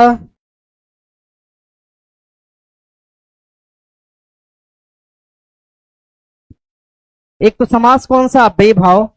दूसरा कौन सा समास, तत्पुरुष समास। तीसरे नंबर पे कौन सा, द्विगु समास। कौन सा, चौथे नंबर पे कौन सा, द्वंद्व समास। कौन सा, द्वंद्व समास। और ध्यान रखिएगा पांचवें नंबर पे कौन सा, कर्मधारय। कौन सा समास, कर्मधारय समास। कौन सा, और छठे नंबर पे कौन सा हो जाएगा, बहुब्रीहि समास। कौन सा, बहुब्रीहि समास। कौन सा समास। अब जरा मेरी एक बात सुनो, ये जो एग्जाम्पल दिया है राज्यसभा, गुरु दक्षिणा, ऋण मुक्त या सेना नायक, ये किसके एग्जाम्पल हो सकते हैं, किसके हैं। अब जरा मेरी बात सुनना, देखो पहचानोगे कैसे, पहचान कैसे होगी सुनिएगा। ये पूरा लिख लिए सब लोग, लिखिए, इसको नोट करिए तेजी से। समास के 6 भेद को लिखिए, पहचान करना आपको हम सिखाते हैं, ठीक है ना। सर आप सिर्फ बोल दीजिए लिखवाइए, लिखवाएंगे नहीं तो याद नहीं होगा ना बाबू, बाद में भूल जाएंगे आप, ठीक है। अरे आगे चल के हम स्पीड कर देंगे, संडे को पढ़ा देंगे, दिन भर पढ़ा देंगे, क्या दिक्कत है। सर नन समास भी होता है, पढ़ेंगे नन समास को भी, परेशान नहीं होइए। देखिए जो अव्ययी भाव समास है, अगर कभी किसी उदाहरण में आ लगा हो, क्या लगा हो, या फिर क्या लगा हो, सम लगा हो, या फिर क्या लगा हो, प्रति लगा हो, या फिर क्या लगा हो, भर लगा हो। आ, सम, प्रति और भर। आ लगा हो, सम लगा हो, प्रति लगा हो और भर लगा हो, अपने आप में क्या है, अव्ययी भाव। जैसे हमने लिखा आजन्म, आजन्म में कौन सा समास है, अव्ययी भाव। हमने कहा भरपेट, भरपेट में समास कौन सा है, कौन सा समास। हमने कहा प्रतिदिन में समास कौन सा है, अव्ययी भाव। कौन सा समास, अव्ययी भाव समास है। समझ गए, आसान हो गया। आ, सम, प्रति, भर, यथा, इस तरह की बात जहां दिखेगी समास कैसा है, अव्ययी भाव। तत्पुरुष समास में क्या होते हैं, कारक के भेद होते हैं। क्या होते हैं, कारक की विभक्ति लगी होती है, कारक की विभक्ति होती है। कारक पढ़े हैं ना आप लोग कक्षा 8 में। कारक की क्या होती है, विभक्ति होती है। कारक की विभक्ति क्या होती है, कर्ता ने, यही होती है ना, कर्ता ने कर्म को से के द्वारा, को के लिए, से अलग होने के अर्थ में, ऐसे पढ़ा है ना आपने। काके की रारे री, में पर हे अरे ओ, ये सभी कारक के क्या है, विभक्ति। अगर कहीं भी कारक की विभक्ति लगी हुई आपको दिख जाए, कारक की विभक्ति लगी है, यहां भी लगी है, यहां भी लगी है, ये भी लगी है, ये सभी समास अपने आप में क्या है, जहां पर कारक की विभक्ति वो समास क्या है, तत्पुरुष। कैसा समास है, जहां पर संख्यावाची शब्द दिखे, जहां पर संख्यावाची शब्द हो, समास कैसा हो जाएगा, द्विगु समास। जैसे नवग्रह, जैसे क्या है, नवग्रह, नवग्रह में समास कैसा है, संख्या दिख रही है 9। जैसे हमने कहा पंचवटी, क्या कहा हमने, संख्या दिख रही है 5। जैसे हमने कहा चौराहा, संख्या दिखी इसमें, कौन सी संख्या है, 4, यानी 4 संख्या। जहां संख्या दिखेगी समास कैसा है, देखो समास। द्वंद्व समास क्या होता है, ध्यान रखिएगा, जहां विलोम जैसे शब्द आए, कैसे शब्द आए, विलोम जैसे शब्द आए, वहां पे समास कैसा होता है, द्वंद्व। जैसे रात और दिन, माता और, ठीक है, खाना और पानी, इस तरह के शब्द आएंगे तो कौन सा समास। जहां पर विशेषण दिखे, क्या दिखे, विशेषण दिखे, वहां पे समास कैसा है, कर्मधारय। कैसा है, कर्मधारय। जैसे नीलोत्पल, क्या हो जाएगा, नीलोत्पल। नीलोत्पल का मतलब नीलो से क्या हो गया, नीला, क्या हो गया, नीला। जहां पे विशेषण, विशेषण का मतलब क्या है, काला, पीला, हरा, नीला, यानी गुण या दोष जहां पे दिखे वहां पे समास क्या हो जाएगा, कर्मधारय। क्या होगा, कर्मधारय। जैसे हमने कहा नील गगन, जैसे हमने क्या कहा, नील गगन, यानी गगन की विशेषता क्या है कि वो क्या है, नीला है। गगन की विशेषता है कि गगन क्या है, नीला है। जहां पर कहीं विशेषता दिखे समास कैसा हो जाएगा, कर्मधारय हो जाएगा। जहां पर पर्यायवाची जैसे शब्द दिखे, कैसे शब्द दिखे, पर्यायवाची जैसे शब्द दिखे, वहां पर समास कैसा होता है, बहुब्रीहि। कैसा होता है, बहुब्रीहि। यानी कि ऐसा शब्द हमने बोला जिससे किसी की व्याख्या प्रकट होती है। जैसे हमने कहा गजानन, हमने कहा गजानन, आप क्या समझ रहे हैं गजानन को, गणेश समझे ना, गणेश। हमने कहा पीतांबर, आपने क्या समझा, कृष्ण, क्या समझा, कृष्ण। पीताम्बर कहने से आपने क्या समझा? हमने कहा लंबोदर, आपने क्या समझा? गणेश। हमने कहा गजानन, क्या हो जाएगा? गणेश। क्या होगा? हमने कहा महादेव, आपने क्या समझा? शिव जी। हम कहें कुछ और उसका अर्थ कुछ और निकले, समास कैसा हो जाएगा? क्लियर है? बना लेंगे। आ प्रति संभर आए तो अव्ययी भाव, कारक की विभक्ति, संख्यावाची, विलोम जैसा, विशेषण वाला, जहां पर पर्यायवाची जैसा शब्द, बहुब्रीहि। कर लेंगे? लिख लिए सब लोग? अब जरा बताइए, हमने दिया, हमने लिखा है, हमने लिखा क्या लिख सकते हैं हम जी? हमने लिखा नवरत्न। कौन सा समास? कौन सा समास है? देखो समास, बहुत सही। हमने लिखा राजा की कुमारी। राजा की समास कैसा है? कौन सा समास? हमने लिखा समभार। समास कैसा? कैसा समास? हमने लिखा आजन्म। समास कैसा? हमने लिखा भर दिन। कौन सा? हमने लिखा, समझिए। अब बेभाव में एक बात और है, दिनों दिन, रातों रात, सालों साल। जब किसी भी बात को हम दोहराएं, जैसे दिनों दिन, रातों रात, सालों साल, बरसों बरस, अगर हम किसी बात को दोहराते हैं तो भी वहां पे क्या होगा? अब बेभाव। क्या होगा? क्लियर है? कोई दिक्कत यहां से नहीं। माता और पिता में क्या समास है? कौन सा समास? समास में कभी दिक्कत होगी? बना लेंगे ना क्वेश्चन? बना लीजिए, देखिए कितना आसान है समास। अब समास से कभी क्वेश्चन आया आपके एग्जाम में तो कर लेंगे। हिंदी के 15-20 टॉपिक हैं, जहां जहां मिलेगा पूरा पढ़ाते हुए चलेंगे, आराम से हिंदी आपका क्लियर हो जाए। आगे देखिए प्रश्न दिया है, हटा सकते हैं क्या? ये जितने भी एग्जाम्पल आपको दिख रहे हैं, ये सभी किसके एग्जाम्पल हैं? किसके हैं? तत्पुरुष समास के हैं, ध्यान रखिएगा। इनको हम तत्पुरुष समास के नाम से जान। आगे देखिए प्रश्न दिया है, आगे प्रश्न है कि ने कोशिका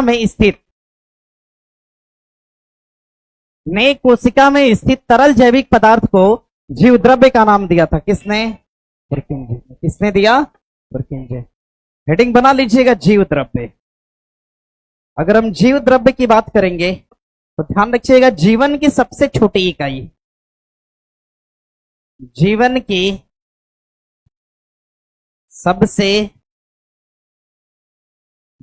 सबसे महत्वपूर्ण इकाई,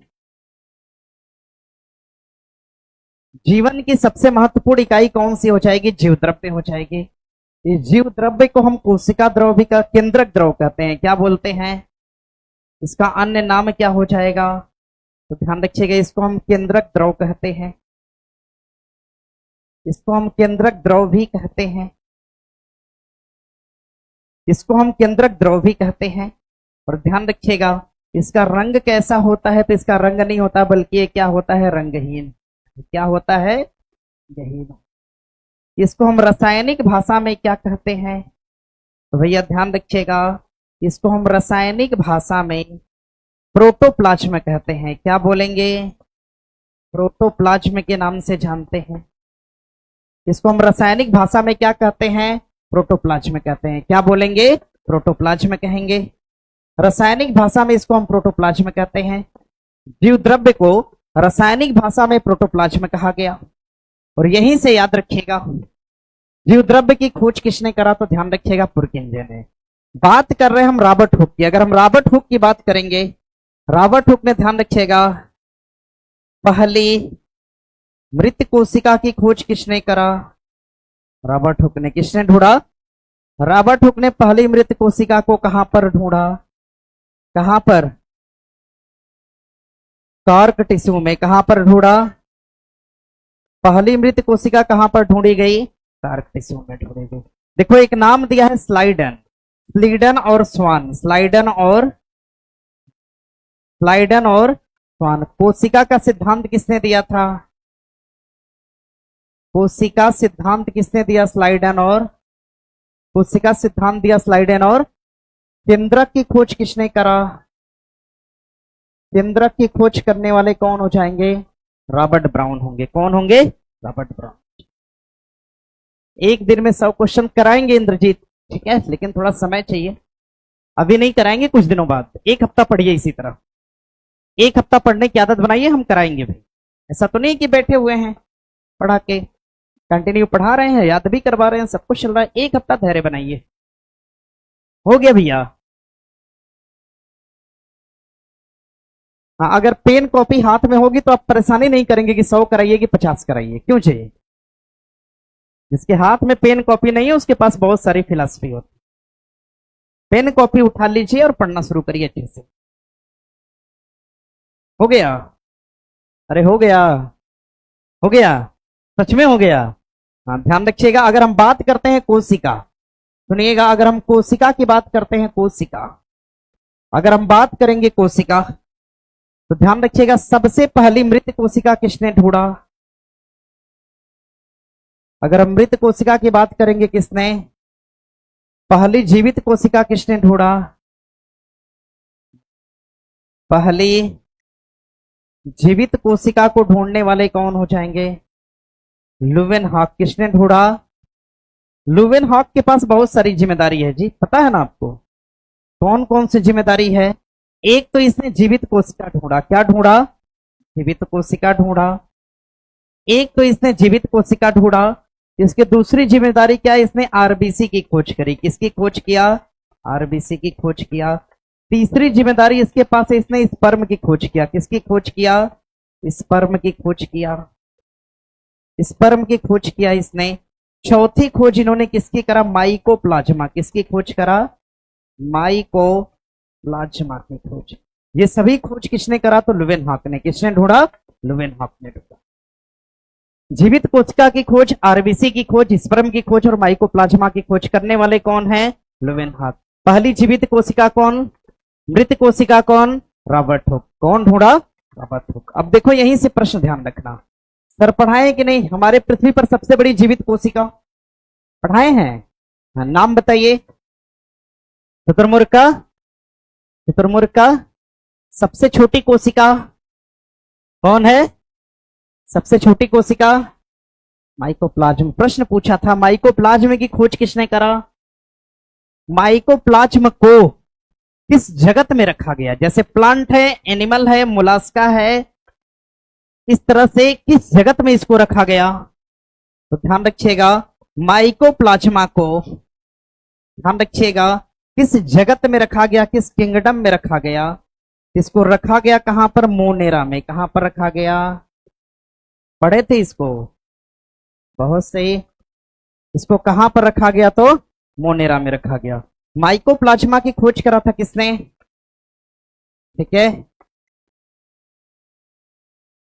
माइकोप्लाज्मा की खोज किसने करा? लुवेनहॉक ने। जगत पूछेगा तो कौन सा हो जाएगा? मोनेरा। कौन सा जगत हो जाएगा? मोनेरा हो जाएगा। ठीक है, सुनिए, जो भी लोग या तो नीचे बैठे हो या किसी अन्य क्लासरूम में आप लोग वीडियो देख रहे हैं, ठीक है, थोड़ा लिखने की क्षमता बढ़ाइए अपनी। ठीक है, हाँ, red pen use. Red pen मैंने केवल मोनेरा लिखा हुआ है, मिटाकर इसको ब्लैक कर दे।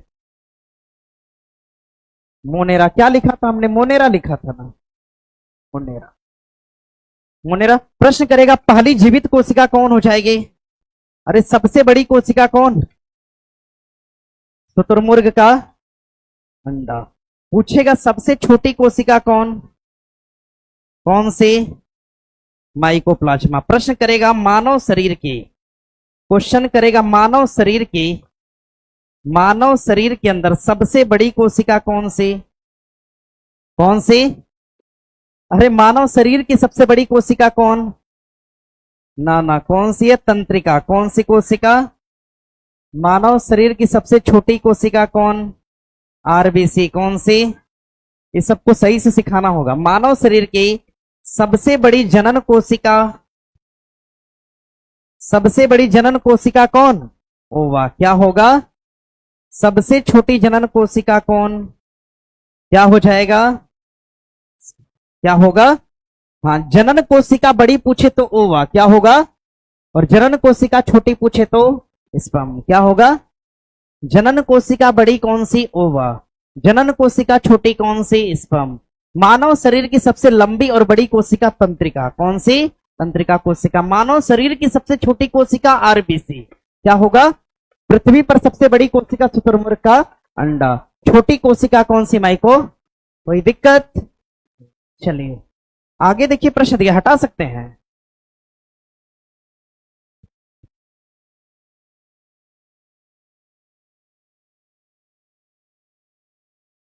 आगे बढ़ जाए हो? अरे कितना रोकते हैं आप लोग, आगे बढ़ रहे हैं ना हम। हाँ, प्रश्न दिया है, निम्नलिखित में से कौन सा सरल स्थायी ऊतक पादप के भागों को यांत्रिक शक्ति प्रदान करता है? कौन? स्क्लेरेन काइमा, लिख लीजिएगा। सुनिए,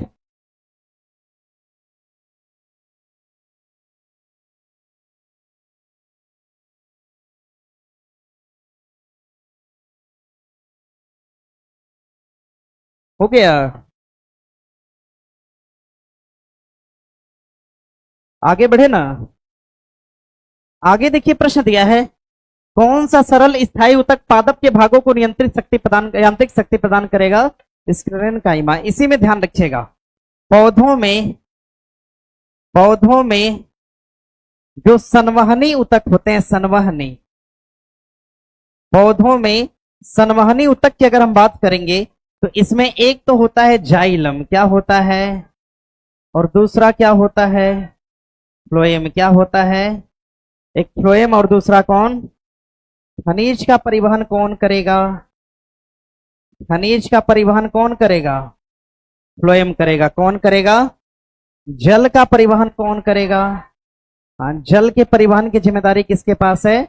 जाइलम के पास है। ध्यान रखिएगा, जल का परिवहन कौन करेगा? जाइलम करेगा। अब जरा ध्यान रखिएगा, सुनिए, ये तो ऊतक हो गए, लेकिन अगर पौधे में हार्मोन की बात करते हैं, पौधों में अगर हम हार्मोन की बात करेंगे, हार्मोन, पौधों के अंदर हार्मोन, देखो पौधों का एक हार्मोन हो जाएगा, पौधों के अंदर एक हार्मोन होगा ऑक्सिन, कौन सा होगा? पौधों के अंदर एक दूसरा हार्मोन हो जाएगा जिब्रेलिन, कौन सा होगा?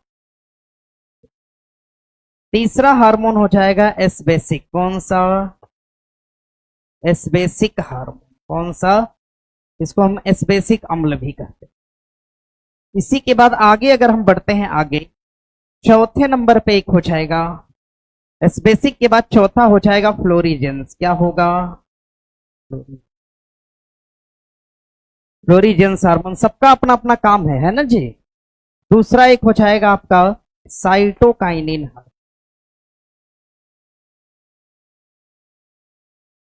Cytokinin hormone. नोट करिए, सब एग्जाम में आया है आपके एग्जाम में एक एक प्रश्न पूछा हुआ है जो मैंने बोर्ड पे लिखा है। हाँ, पांचवें पे साइटोकाइनिन है भैया, लिख दे फिर से लिख देते हैं साइटोकाइनिन। हम जितना पूरे दिन नहीं थकते हैं, आप लोग अपनी क्लास में अकेले थका लेते हो। साइटोकाइनिन, नहीं कुछ समय तक दिक्कत होगी, एक दिन, 2 दिन, 4। अच्छा, कल से आज बढ़िया महसूस कर रहे हो कि नहीं आप लोग? धीरे धीरे जब आदत बन जाएगी ना, तब खुद ही आप लोग रिफ्रेश हो जाएंगे आराम से, कोई दिक्कत। क्या चीज? तीसरे नंबर पे एस्बेसिसिक लिख लीजिए, इसको ढंग से लिखिए तो, एस्बेसिसिक अम्ल, एस्बेसिसिक अम्ल। हाँ, फ्लोरीजेंस लिखा है, फ्लोरीजेंस। ऑक्सिन क्या करेगा? वृद्धि और विकास करेगा। क्या करेगा जी? वृद्धि और क्या करेगा? विकास में सहायक कौन सा हार्मोन? ऑक्सिन। कौन सा? ऑक्सिन। कौन सा हार्मोन है? और जिब्रेलिन क्या करेगा? क्या करेगा? तनों की वृद्धि में क्या होगा? सहायक होगा। एस्बेसिक क्या करता है? ये वृद्धि रोकता है। क्या करता है जी? वृद्धि रोकता है। अगर एस्बेसिक अम्ल नहीं होता, सोचिए प्लांट इतना ज्यादा ऊपर चला जाता कि हमें फल मिल ही नहीं पाता। हमने आम लगाया, पता चला गया आसमान में। इसलिए उसमें एक ऐसा एसिड होता है जो उसकी वृद्धि को कंट्रोल करता है, रोकता है। ठीक है, अगर हम फ्लोरीजेंस की बात करेंगे, फ्लोरीजेंस ये क्या करेगा? फूल खिलाता है। क्या करता है? फूल खिलाता है। अगर हम साइटोकाइनिन की बात करेंगे तो ये क्या करेगा? कोशिका विभाजन करेगा। क्या करेगा? कोशिका का विभाजन करेगा। ये क्या करता है तो कर लीजिएगा, कोशिका विभाजन करे। कोशिका विभाजन में सहायक होता है।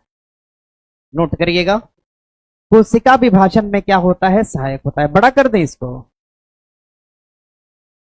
नोट करिए। नोट करिए तो रिवीजन कर दें। सर 5 नंबर में क्या लिखे हैं, साइटोकाइनिन लिखा है हमने, साइटोकाइनिन। साइटोकाइनिन लिखा है, कोशिका विभाजन का काम करता है। साइटोकाइनिन हो गया। सुनिए, हार्मोन से एग्जाम में एक प्रश्न जरूर बना है, समझ रहे हैं ना।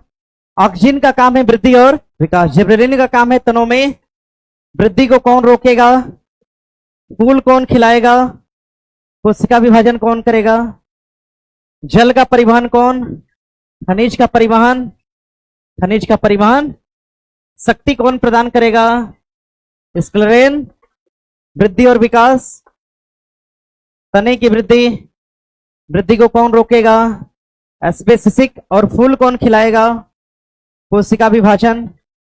कोई दिक्कत, आगे बढ़ेंगे, रुक जाएं। हाँ। मानव शरीर की सबसे शरीर की नहीं भाई, मानव शरीर की सबसे छोटी जनन कोशिका शुक्राणु, समझ गए। हाँ। आगे देखिए, प्रश्न हटा सकते हैं क्या। आगे प्रश्न दिया है, हरी पत्तियां पौधों को किस रूप में संग्रहित करते हैं, किस रूप में, स्टार्च के रूप में। स्टार्च क्या है, ध्यान रखिएगा, एक प्रकार का, यह एक प्रकार का, यह एक प्रकार का कार्बोहाइड्रेट है। यह एक प्रकार का स्टार्च क्या है, एक प्रकार का कार्बोहाइड्रेट है। स्टार्च नोट कर लीजिएगा, एक प्रकार का क्या हो जाएगा, कार्बोहाइड्रेट हो जाएगा। स्टार्च एक प्रकार का कार्बोहाइड्रेट है।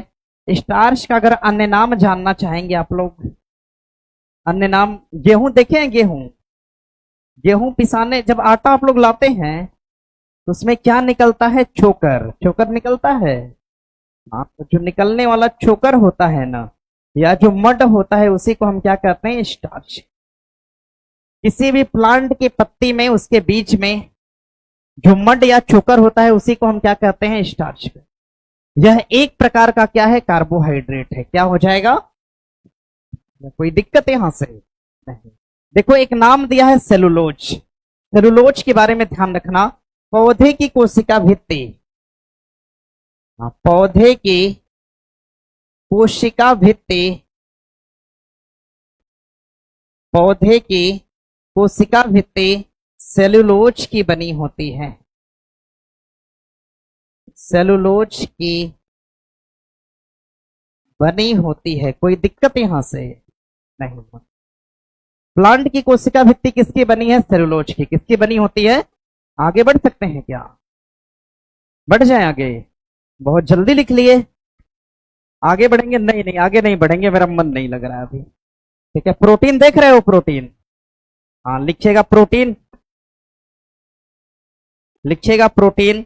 देखो भैया, प्रोटीन एक प्रकार का खाना है, और कैसा खाना है, तो जटिल भोजन है। कैसा है, जटिल भोजन। जटिल भोजन का मतलब क्या, प्रोटीन का पाचन जल्दी होगा कि देर से, देर से। जटिल का मतलब कैसा होगा, देर से। इसको हम अंग्रेजी में कॉम्प्लेक्स फूड कहते हैं। क्या बोलेंगे, कॉम्प्लेक्स फूड कहते हैं। Protein is a complex food. कैसा फूड है, complex food. Protein is a complex food, ध्यान रखिएगा।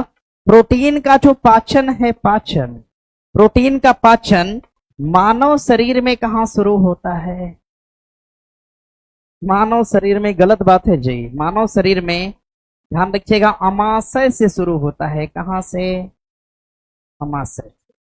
मानव शरीर में अमाशय से शुरू होता है। प्रोटीन का जो पूर्णतः पाचन है, पूर्णतः पाचन की अगर हम बात करेंगे, कहां से, छोटी आंत में होता। प्रोटीन का पूर्णतः पाचन कहां पे होगा, छोटी आंत के अंदर। प्रोटीन का निर्माण भैया ध्यान रखना, 20 अमीनो एसिड मिलते हैं। क्या मिलेंगे, हाँ, 20 एमिनो एसिड मिलकर किसका निर्माण करते हैं? तो ये प्रोटीन का निर्माण करते हैं। 20 एमिनो एसिड मिलेंगे तो किसका निर्माण करेंगे? प्रोटीन का निर्माण करेंगे। मानव शरीर में अगर प्रोटीन की कमी हो जाए, किसकी कमी हो जाए? प्रोटीन की। अगर मानव शरीर में प्रोटीन की कमी हो जाए, मानव शरीर में प्रोटीन की कमी से, प्रोटीन की कमी से मानव शरीर में अगर प्रोटीन की कमी हो जाए तो दो रोग। एक रोग का नाम हो जाएगा क्वासी-ओरकर। क्या नाम होगा? क्वासी-ओरकर होगा। और एक दूसरा रोग कौन सा हो जाएगा? मरासमस। क्या होगा? मरासमस। एक रोग हो जाएगा क्वासी-ओरकर, दूसरा कौन सा? मरासमस। क्वासी-ओरकर और क्या हो जाएगा? मरासमस। एक विद्यार्थी बता रहा है सर उत्तर सी लगा दीजिए। ये हम ब्लैक से लगा दिए, इसको दिखिए नहीं रहा होगा, है ना? हाँ, चलिए हो गया। बहुत सही, इतना तेज पढ़ रहे हैं आप लोग। प्रोटीन एक प्रकार का प्रोटीन कैसा भोजन है? कैसा है? हाँ, मानव शरीर में इसका पाचन कहां से शुरू होगा, कहां पर अंत होगा? कहां पर? कितने एमिनो एसिड मिलकर प्रोटीन का निर्माण? 20। कितने मिलेंगे? 20 मिलेंगे। पौधों की कोशिका भित्ति किसकी बनी होती है? किसकी? स्टार्च एक प्रकार का क्या है? इसको हम मड या छोकर भी कह सकते हैं। हाँ, इसको हम मड या छोकर भी कहते हैं। कोई दिक्कत इसमें? प्रोटीन की कमी से कौन सा रोग? क्वासी-ओरकर और क्वासी-ओरकर और क्वासी-ओरकर और मरासमस रोग किसकी कमी से? प्रोटीन की कमी से। क्लियर बात है। चलिए आगे प्रश्न दिया है कि 31 मई 2024 को संयुक्त राष्ट्र अकादमिक प्रभाव सदस्य कितना? 1645। समझिए भैया कि क्वेश्चन तो आपको दे दिया था, यहां से देखिए प्रश्न विशेष नहीं बनेगा। प्रश्न कहां से बनेगा लिखिए। प्रश्न करेगा आपसे यूएन और ओ। यूएनओ का नाम सुना है आपने? हाँ, सुना होगा। यूएनओ को हम बोलते हैं संयुक्त राष्ट्र संघ। क्या बोलेंगे? संयुक्त राष्ट्र संघ। इसको हम संयुक्त राष्ट्र संघ के नाम से जानते हैं। संयुक्त राष्ट्र संघ की जो स्थापना है, स्थापना कब होती है? 24 अक्टूबर। कब होती है? 1900 कब? 45। 24 अक्टूबर 1945 स्थापना होती है। 24 अक्टूबर 1900। इसका हेडक्वार्टर कहां पर हो जाएगा? कहां पर? न्यूयॉर्क में। कहां पर होगा? अरे यूएनओ का हेडक्वार्टर कहां पर? यूएनओ में कुल देश की संख्या कितनी हो जाएगी?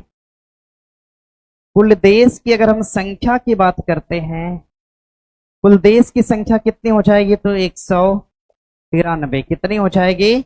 193। कितनी संख्या है? 100। यूएनओ में शामिल 193वां देश कौन सा हो जाएगा? कोई बताएगा? दक्षिण सूडान। कौन होगा? दक्षिण सूडान। लिखिए, लिखिए इतनी बातों को, ठीक है। स्थापना 24 अक्टूबर 1900। 24 अक्टूबर 1900। हेडक्वार्टर कहां पे? कुल देश की संख्या 193वां कौन सा? दक्षिण सूडान। कौन सा? अगर हम यूएनओ के अध्यक्ष की बात करते हैं, यूएनओ के अध्यक्ष कौन से, तो ध्यान रखिएगा यूएनओ के सबसे पहले नंबर के अध्यक्ष कौन हो जाएंगे? त्रिगवेली। कौन होंगे? क्या नाम है? त्रिगवेली। क्या नाम है? यूएनओ के पहले अध्यक्ष कौन? त्रिगवेली। यूएनओ के वर्तमान अध्यक्ष कौन हो जाएंगे? अरे वर्तमान का नाम बताओ। Antonio Guterres. कौन होंगे?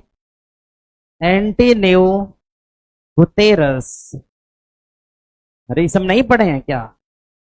आप जान लीजिए। यूएनओ की स्थापना 1900। हेडक्वार्टर कहां पर? न्यूयॉर्क। कहां पर? कुल देश 100। कुल देश कितने? 193वां देश दक्षिणी सूडान। ध्यान रखिएगा। इसके वर्तमान अध्यक्ष एंटोनियो गुटेरस कहां का निवासी है? पुर्तगाल का। कहां का है? कहां का निवासी? वर्तमान अध्यक्ष एंटोनियो। पहले अध्यक्ष कौन? त्रिगवेली। कहां के हैं? नॉर्वे के। कहां के हैं? त्रिगवेली कहां के हैं? त्रिगवेली कहां से? एंटोनियो गुटेरेस कहाँ का? पहले अध्यक्ष कौन? वर्तमान कौन? कुल संख्या? 193वां कौन? हेडक्वार्टर? सन 1900।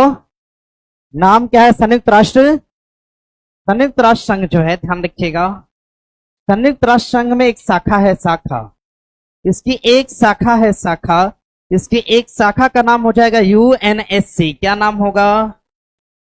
यूएनएससी। देखो, यू से हो गया यूनाइटेड, एन से हो गया नेशन, एस से हो गया सिक्योरिटी और सी से हो गया काउंसिल। संयुक्त राष्ट्र सुरक्षा परिषद क्या कहते हैं? संयुक्त राष्ट्र सुरक्षा परिषद। संयुक्त राष्ट्र सुरक्षा परिषद की अगर आपसे स्थापना पूछेगा तो आप क्या बताएंगे? 1945। क्या बताएंगे? 1945। इसमें कुल देशों की संख्या कितनी हो जाएगी? कुल देश कितने हैं? 15। कितने देश हैं? 15। कितने देश हैं? 15। कुल देशों की संख्या कितनी? संयुक्त राष्ट्र सुरक्षा परिषद में कुल देशों की संख्या, कुल कितने देश? 15 देश। ध्यान रखिएगा, कुल देशों की संख्या कितनी? 15। इन 15 देशों में कितने देश स्थायी हैं? 5। कितने देश हैं? कितने देश अस्थायी? अस्थायी देशों की संख्या, पढ़े हो या नहीं? अस्थायी देशों की संख्या कितनी? 10। कितनी संख्या? 10। स्थायी देश में कौन कौन? यूएसए आएगा क्या? चीन आएगा क्या? रूस भी आएगा। और कौन आएगा? भारत, चीन, रूस और कौन? नेपाल आएगा। यूके, ब्रिटेन आएगा इसमें। ध्यान रखिएगा, चीन, फ्रांस, रसिया, यूके और, क्लियर है इतना? स्थायी देशों की संख्या। अस्थायी कितने? 5 देश कौन से? यूएसए, चीन, रूस, ब्रिटेन और, कोई समस्या? आगे नहीं नहीं, एक प्रश्न और पढ़ के जाना है। एक, अभी समय नहीं हुआ है, आगे बढ़े ना, हटा सकते हैं, हटा दें इसको। आगे देखिए, प्रश्न दिया है, सूचना का अधिकार अधिनियम कब पारित किया गया? 1900 कब? सुनिए, राइट टू इंफॉर्मेशन, इसको हम आरटीआई क्या बोलते हैं? देखो, एक आरटीआई होता है, एक आरटी और पी होता है, और एक आरटी और ई होता है, समझ गए? एक को हम बोलते हैं सूचना का अधिकार, क्या बोलेंगे? सूचना का अधिकार कहते हैं, सूचना का अधिकार। दूसरा हो जाएगा राइट टू इंफॉर्मेशन, यानी राइट टू प्राइवेसी, यानी निजता का अधिकार, निजता का अधिकार कहते हैं इसको। आगे हो जाएगा आपका शिक्षा का अधिकार, किसका अधिकार? शिक्षा का अधिकार। आपसे क्या पूछा था? आरटीआई। क्या पूछा था? आरटीआई, और मैंने सब बता दिया। देखो, आरटीआई की बात करोगे सन 2005 में, कब आता है? सन 2000। आरटीपी की बात करेगा सन 2009 में, कब आता है? सन 2009 में। अगर हम आरटीई की बात करेंगे तो ये कब आता है? सन 2002 में आता। क्लियर है सबका? नोट करिए, निजता का अधिकार, सूचना का अधिकार और शिक्षा का अधिकार। देखो, प्रश्न क्या करेगा आपसे, सूचना के अधिकार को किस अनुच्छेद में रखा गया है? तो आर्टिकल 19 में रखा गया है। कहां पर? आर्टिकल 19 में। निजता के अधिकार को कहां रखा गया है? आर्टिकल 21 में रखा गया है। कहां पर? आर्टिकल 21 में। शिक्षा का अधिकार कहां पर है? आर्टिकल 21 के क में। कहां पर? आर्टिकल 21 के। समझ गए? अगर यहां से प्रश्न बनेगा तो कर लेंगे। चलिए, बहुत अच्छे। पढ़ने का तरीका ठीक है? पढ़ाने का समझ में आ रहा है? याद भी हो जा रहा है? याद हो जा रहा है ना? अच्छा, याद हो जा रहा है ना सबको? चलिए, सबसे अधिक जरूरी बात है कि आप लोग को याद होना चाहिए, आरटीआई कब आया था? आरटीआई, आरटीआई सन 2000। आरटीई कब आया था? आरटीपी कब आया था? 2000। आधे अधूरे किसकी रचना है? मोहन राकेश। किसकी? अथातो घुमक्कड़ जिज्ञासा राहुल। एक लीक पर किसकी रचना है? राहुल। परिंदे किसकी रचना है? निर्मल वर्मा। किसकी है? परिंदे किसकी रचना है? निर्मल। अर्धनारीश्वर किसकी रचना है? विष्णु। गोदान किसकी है? गबन किसकी? गोदान, गबन, कर्मभूमि, रंगभूमि, सोझे वतन, सेवा सदन, मंगलसूत्र। रचना किसकी है? प्रेमचंद। क्लियर है सभी का? चलिए कल मिलते हैं इसी समय पे।